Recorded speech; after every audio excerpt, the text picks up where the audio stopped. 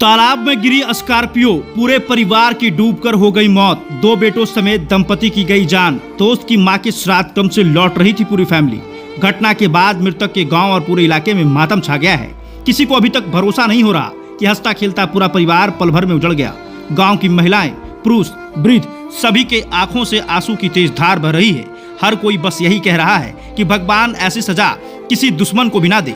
चलिए पूरा मामला आपको विस्तार से बताते हैं। उससे पहले इस वीडियो को शेयर कर दीजिएगा और कमेंट बॉक्स में पूरे परिवार की आत्मा की शांति के लिए 2 शब्द जरूर लिखिएगा। गया में सोमवार देर रात सड़क हादसे में पूरे परिवार की मौत हो गई। मृतकों में पति, पत्नी और 2 बेटे शामिल हैं। परिवार स्कॉर्पियो से श्राद्ध क्रम से घर लौट रहा था। इसी दौरान खिजरसराय में दक्षिण गांव के पास पुल से बेकाबू होकर सड़क किनारे तालाब में जा गिरी। हादसे में ड्राइवर बच गया, लेकिन दंपति और उनके दोनों बेटों की जान चली गई। मृतकों की पहचान सहबाजपुर गांव के रहने वाले पेशे से किसान शशिकांत शर्मा उम्र 43 वर्ष, उनकी पत्नी रिंकी देवी उम्र 40 वर्ष, बड़ा बेटा सुमित आनंद उम्र 17 वर्ष और बाल कृष्ण उम्र 5 वर्ष के रूप में हुई है।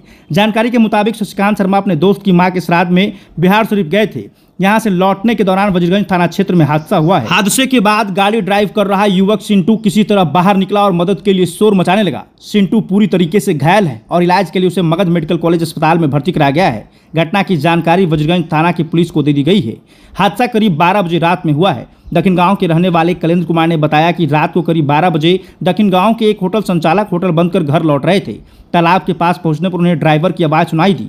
वो बचाओ बचाओ चिल्ला रहा था और मदद मांग रहा था। इसके बाद उन्होंने तालाब की तरफ देखा तो एक व्यक्ति स्कॉर्पियो के ऊपर खड़ा होकर बचाने की गुहार लगा रहा था। ये देखते ही होटल संचालक गांव की ओर भागे।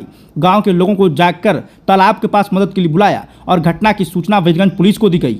पुलिस सूचना के बाद तत्काल मौके पर पहुंची। स्कॉर्पियो को जेसीबी मशीन से बाहर निकाला गया। हालांकि जब तक स्कॉर्पियो को बाहर निकाला जाता तब तक पीछे की सीट पर बैठे शशिकांत, उनकी पत्नी रिंकी और दोनों बेटे सुमित और बालकृष्ण की मौत हो चुकी थी। पुलिस ने ड्राइवर सिंटू से घटना की पूरी जानकारी ली। फिर मृतक के गांव वालों को घटना की सूचना दी गई।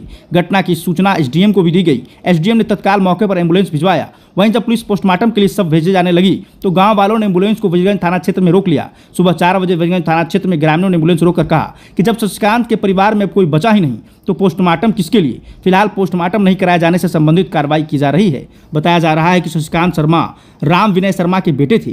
पिछले 15 दिनों से शशिकांत शर्मा की मां की तबीयत खराब है। बेटे, बहू और 2 पोते की मौत के बाद राम विनय शर्मा कुछ बोलने की स्थिति में नहीं थे। शशिकांत गांव के सबसे संपन्न किसानों में गिने जाते थे। उनका बड़ा बेटा सुमित आनंद भाजपा से जुड़ा था।